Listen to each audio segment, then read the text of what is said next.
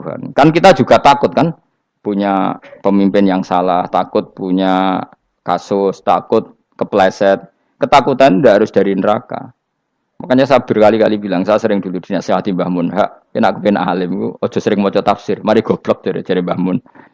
Maksudnya mari goblok itu gini, mufasir itu manusia, kadang dia itu satu ayat umum, dia mendiktekan ke satu kasus, padahal kasusnya lebih umum. Makanya berkali-kali sama nani umpomong ini, contohnya ini, karena nanti itu mengikat. Misalnya gini ya, saya ulang lagi ya, ben gayamu kayak wong alim. Ini kan malam 23. Saya itu enggak pernah loh ngitung sengaja. Tapi adalah ini malam 23 kita insya Allah nginjak juz berapa? 23. Ini insya Allah barokah sekali. Tapi rasa Arab-Arab Lailatul Qadar. Biasa wae. Ora kelas e. Wis ben sing entuk Lailatul Qadar ben wali-wali wae. Kene entuk cipratane wis napa cukup. Lah wong traweh arang-arang ya njaluk. Iya kalau kita mintanya dianggap Allah minta, kalau dianggap ngelama. Coba andekan kapasitas Anda itu RT, minta jadi presiden itu ngelama apa doa? Tidak jawab saja. Ngelama. Jatah kamu untuk azab kok jaluk Lailatul Qadar itu lama apa anda? Mestinya jalukmu orang untuk azab itu bagus sih. Paham ya? Banyak ulama diajak istisqa enggak mau. Banyak itu lama. Ayo istisqa kita karena sudah lama enggak hujan. Kata ulama tadi, jatah kita ini kena hujan batu dari langit. Enggak hujan batu sudah bagus, enggak usah minta. Ulama macam-macam dan. Lah rai-rai ngene iki pantes entuk Lailatul Qadar untuk azab ayo jawab. Ayo orang tuh adab wis bagus. Ya dadi dongane ya Allah. Ampun jenengan siksa la tu'akhidna. La tu'akhidna maknane njuk Lailatul Qadar pun ora disiksa. Ya makam kita itu masih Rabbana la tu'akhidna. Iku supaya enggak disiksa innasina waqtuna kalau kita salah. Kowe kan enggak kalau. Wah sudah salah. Jadi donga innasina waqtuna sange apikane pangeran wae ditambahin. Kalau kita salah. Kalau kita kan sudah tidak kalau lagi sudah. Sudah jelas salah berkali-kali lagi. Mbok wong diisin. Julak jaruk Lailatul Qadar gak diisin. Tapi ya oleh pangeran apian. Pangeran kan tapi misalnya pangeran ora aku luwe apian timbang aku. Jadi soalnya disahno permintaan. Tapi gak dikabulno. Mau disahno tapi ora usah disahno iku iman jalin jan wong goblok piye meneh macam-macam. Makanya doa paling fair itu ya Rabbana dzolamna anfusana wa lam taghfir lana wa tarhamna lanakunanna. Makom kita itu di sepuro pangeran. Sing bener donga wong traweh-traweh lho ning Tuban ning Jogja wis bener apa innaka afuwun karim tuhibbul afwa fa'fu anna. Ora ana guru-guru kita donga ya Allah anilna lailatul qadar ya Allah ka ono sarahku kiye kita ana ngajarno ngono ya Allah innaka afuwun karim tuhibbul afwa fa'fu anna. Jenengan kandat sing kathah nyepurane lan seneng nyepuro himpun jenengan sepuro. Iku wis bagus sudah bagus. Lailatul Qadar gresuk delok srengenge. Terus delok angin. Angger angen daerah Gunung Kidul banter terus ana-ana. Mbok wong tahu diri, maksud kula nggih tetep minta Lailatul Qadar tapi tahu diri. Misale suwe bar sedekah, puasa bar salat 1000 rakaat, terus utang mesti sahur, ambek togo-togo sing mbok dolimi jaluki sepuro. Pas kowe tenan mergo ngrasa ora dolim, nduk Lailatul Qadar. Tapi kira ngrasa ra dolim wis ujub sombong. Wong sombong ora berhak meraih. Lah terus piye Gus? Ora piye-piye biasa wae, biasa wae. Makom kita ora kena adab itu sudah luar biasa. Ora penuh adab piye. Wis ngene iki luar biasa, no? Luar biasa. Mbok nang ngandel kula. Mesti ngene iki keadaan seperti ini terus. Soale dongane wae Rabbana la tu'akhidna in nasina wa akhtana. Itu jadi itu sudah luar biasa. Nah, ini kan teruskan dawuh Mbah Mun. Misalnya Allah bilang gini, fattaku, maka takutlah kamu. Biasanya mufasir ditambahi minan nar, maka takutlah kamu masuk. Sebetulnya yang perlu dihindari dari kita takut itu ya, takut salah, takut bodoh, takut terdolimi, takut mendolimi orang lain, takut hidup tidak ada gunanya. Tapi mufasir tentu milih yang populer. Takutlah kamu dari api neraka. Coba misalnya gini, kita nanti masuk surga. Kemudian zaman di dunia kita tidak pernah berkampanye ya atau berkontribusi untuk agama Allah. Cara saya itu izin. Kata Imam Malik, saya masuk surga. Kemudian orang yang mencintai saya masuk surga itu saya malu. Rasulullah juga gitu. Saya sebagai pemimpin umat, saya malu masuk surga. Dan satu dari umat saya masih masuk neraka. Jadi ulama dulu tuh ketakutannya bukan sekedar masuk neraka, takut malu, takut bodoh, takut keliru, takut.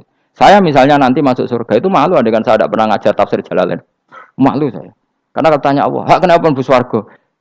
Terus dibuat swarga. Tapi kalau pernah baca tafsir Jalan kan anak keren nih.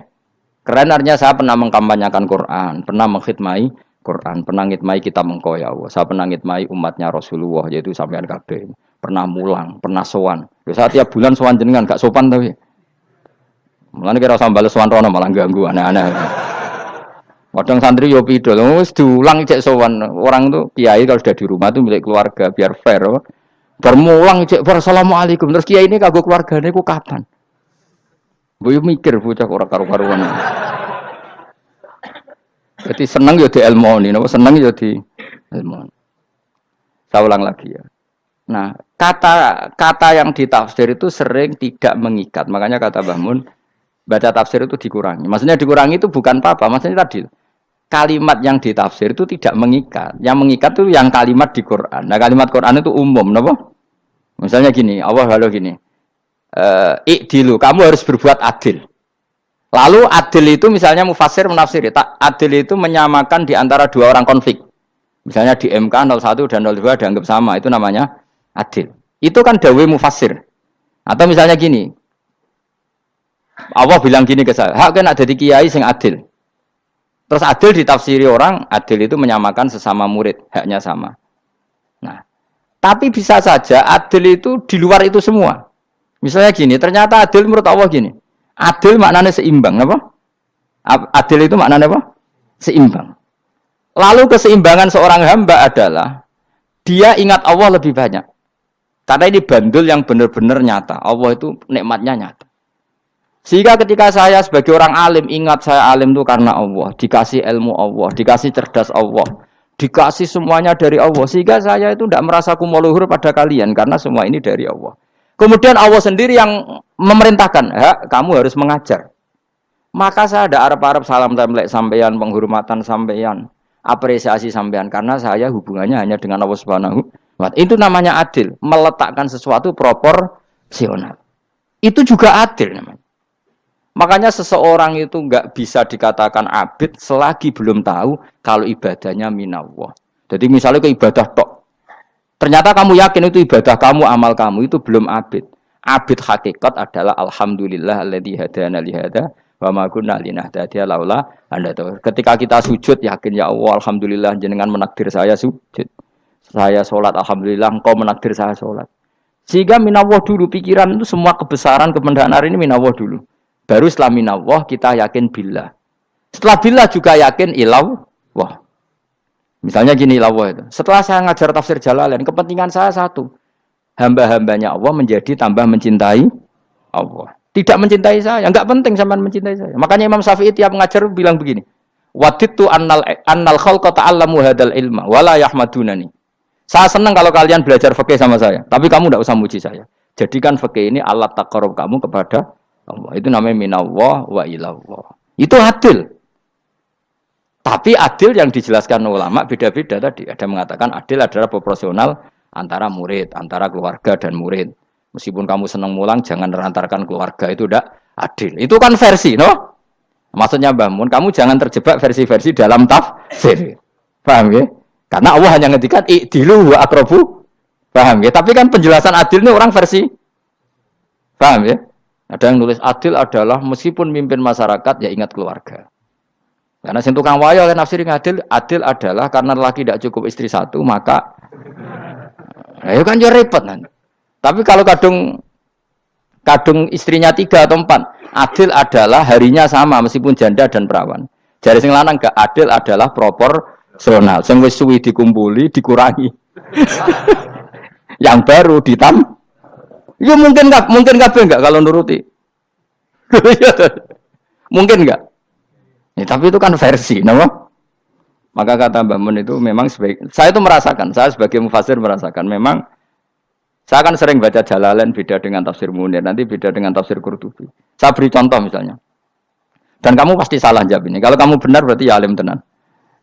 Wa idza darabtum fil ardi falaysa 'alaikum junahun an taqsuru binas shalah. Orang kalau pergi itu boleh enggak ngosor salat? Enggak jawab saja. Boleh kan? Ngosor sholat itu apa? Misalnya sholat asar 4 jadi berapa? 2. Kalau isya jadi 2. Kalau subuh? Enggak, sudah maju lah. Maghrib? Enggak, kan yang bisa dikosor hanya berapa? Yang rubaiyah, yang apa? Berarti kamu yakin? Antak suruh minas sholat artinya 4 jadi 2. Yakin? Enggak, jauh saja. Yakin. Nah itu termasuk orang pinter. Ya. Berarti ilmu lagi sak trip. Ya?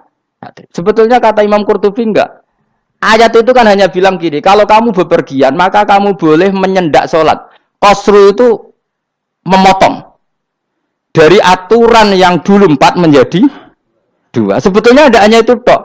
Aturan tidak boleh membawa najis menjadi boleh. Aturan harus tumak ninah menjadi tidak harus tumak ninah. Misalnya kamu sholat dalam keadaan perang, wajib tumak ninah apa boleh sambil lari-lari? Boleh sambil lari-lari. Boleh gak ketika perang kamu sholat sambil menghadap tidak ke kiblat? Boleh. Makanya antak suruh minas sholat maknanya apa? Jika kamu pergi, maka dalam konteks itu kan perang ya. Ayat itu memang konteksnya perang. In khiftum ayyaftinakumul ladzina kafar. Jika kamu dalam keadaan perang, maka boleh memangkas apa yang pernah wajib dalam aturan sholat. Paham ya? 4 menjadi 2. Keharusan menghadap kiblat menjadi tidak wajib. Membawa najis sholat sah enggak? Enggak kan? Tapi kalau dalam perang, kemudian pedang kamu ada najisnya, boleh dibawa enggak? Boleh. Jadi maknanya taksuru a'ammu min ayakuna qasra sholat wa a'ammu min ayakuna wajibati sholat yang sekarang enggak wajib. Semua itu namanya juga meringkas kewajiban. Berarti nak mana nih, Bi? Jika kamu dalam keadaan perang, maka boleh memangkas sesuatu yang dulu wajib menjadi tidak wajib. Yang dulu haram menjadi boleh. Tapi mufassir mencontohkan qasru sholat hanya 4 menjadi 2. Dong ya?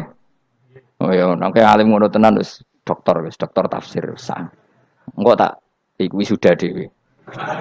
Tapi apa orang lain ngakui. Jadi itu contoh kecil. Jadi mufassir karena kebetulan dia tahunya hanya qasru sholat itu 4 jadi 2, dia itu. Padahal di tafsir lain diterangkan qasru itu artinya menyingkat atau mencendak atau memangkas. Dulu wajibnya sholat itu nggak boleh bawa sesuatu yang najis. Tapi kalau sholat dalam keadaan perang dan pedang kamu ada darahnya, boleh nggak dibawa? Boleh. Bahkan Allah menyuruh dibawa. Dan boleh nggak madhep kiblat. Fa in khiftum farijalan auruk banat lagi faida amintum fadzkurullaha kama allamakum. Ketika keadaan aman baru sholat sesuai standar. Nah berarti kan ada qasru sholat, ada pemangkasan aturan sholat. Kayak misalnya begini.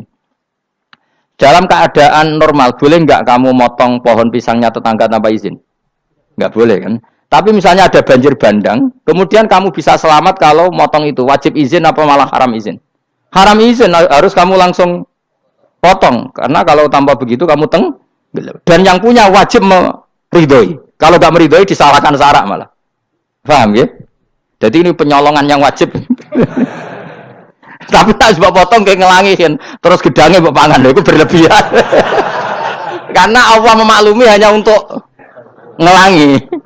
Jebule wis menisan lah itu di luar izin syariat apa? Di luar izin syariat. Itu melampaui batas itu. Syaratnya boleh itu ghairu baghiw wala adfamani turra itu darurat syaratnya ghairu baghiw wala dan tidak boleh melebihi batas. Ora ape ngetok gedangnya dijupuk sik, sing mateng dipangan terus diketok. Ora oleh. Paham jelas ya. Makanya kalau ngaji tafsir ya saya kan berkali-kali ada makna di tafsir Imam Suyuti saya tambahi umpamanya ini. Maksudnya umpama itu supaya contoh itu tidak mengikat. Jadi yang disebut beliau itu satu dari sekian potensi ribuan contoh. Ya kayak tadi misalnya antak suruh minas sholah. Itu umumnya ulama membayangkan qasru sholat yang 4 jadi 2. Padahal enggak, maknanya meringkas aturan dari wajib menjadi tidak wajib. Bahkan sebagian aturan itu dikatakan haram, tidak haram. Itu tadi misalnya bawa najis atau teman kamu mau dibaca orang kafir, terus kamu bilang, hei hati-hati, itu tidak batal kalau dalam sholat siddatil khauf. Paham ya? Jelas? Semaju lah. Malam terlikur, lelatul. Aku wis gumen mbek wong-wong itu. Bingung ora ilmune wong-wong. Ma ungzira abahum alam yungzaru tegese ora den kei wedi sapa ngangge fi zamanil fatrah ing dalam zaman fatrah. Ya sama seperti ini. Orang tidak mendapat ingzar itu fi zamanil fatrah, zaman enggak ada rasul.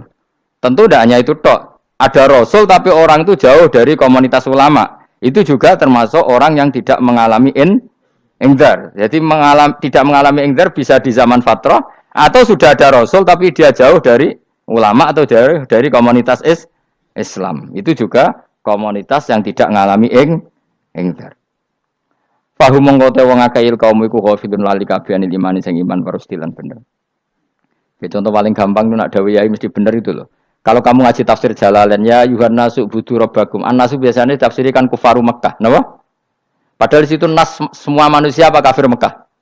Semua manusia. Cuma konteks dulu karena Nabi orang Mekah dan zaman itu yang diberi peringatan orang Mekah, Imam Suyuti bilang kufaru Mekah. Lah seperti itu kufaru Mekah mengikat apa enggak?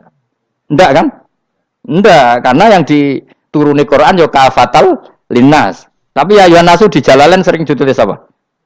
Kufaru Mekah. Nah, seperti itu tidak mengikat. Itu contoh saja, Pak. Contoh saja dalam konteks zaman itu. Paham ya?